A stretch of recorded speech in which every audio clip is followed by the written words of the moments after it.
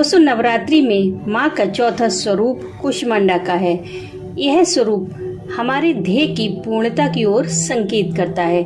आज हम जानेंगे इनके मंत्र के बारे में, माँ को क्या चीज प्रिय है और माँ कूष्मांडा हमारे जीवन में कौन से ग्रह को बैलेंस करती है। दोस्तों, इस सृष्टि का सार परमात्मा की शक्ति है।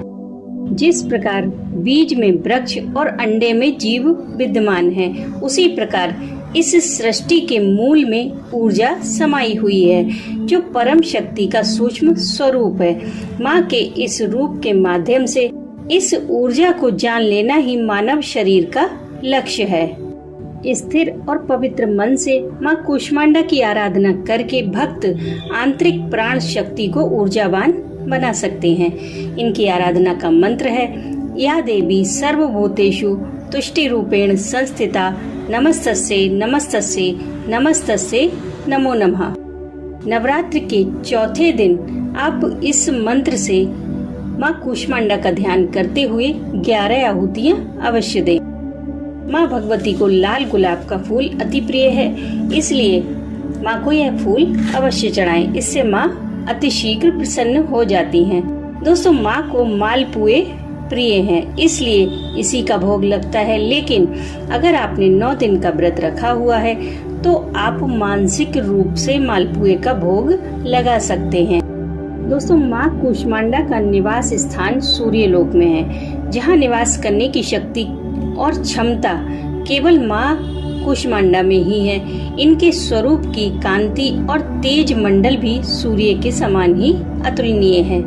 माँ का संबंध सूर्य ग्रह से है। ये हमारे जीवन में सूर्य ग्रह को बैलेंस करती हैं। माँ कूष्मांडा की पूजा उपासना से हमें सूर्य संबंधी सभी दोषों से मुक्ति मिलती है और सूर्य के शुभ फलों में वृद्धि होती है। भगवान सूर्य सभी ग्रहों के राजा हैं। सारे ग्रह इन्हीं के चारों ओर चक्कर लगाते हैं।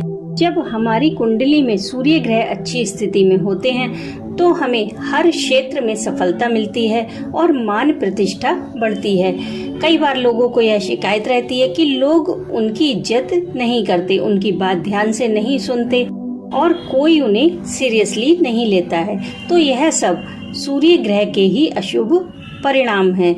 माँ कूष्मांडा की आराधना से हमें सूर्य ग्रह के शुभ फल प्राप्त होने लगते हैं और हमारे अंदर एक आकर्षण बढ़ जाता है, तेज बढ़ जाता है, जिससे हर जगह हमारी मान सम्मान और प्रतिष्ठा बढ़ने लगती है। और जब सूर्य ग्रह हमारे फेवर में होते हैं तो हमें जटिल रोगों से भी मुक्ति मिल जाती है।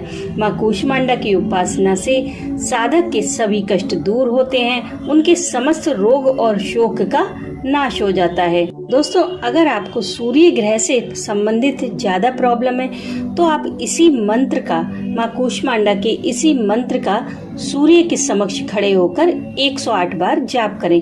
प्रतिदिन ऐसा करने पर आपके सूर्य से संबंधित सभी दोष शांत हो जाएंगे और आपको सूर्य से शुभ फलों की प्राप्ति होने लगेगी।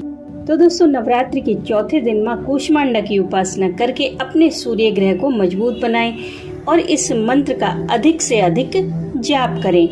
माँ पर अपना विश्वास बनाए रखें। कल फिर मिलते हैं स्कंद माता के स्वरूप के साथ, जिसमें मैं आपको संतान प्राप्ति के लिए एक उपाय भी बताऊंगी।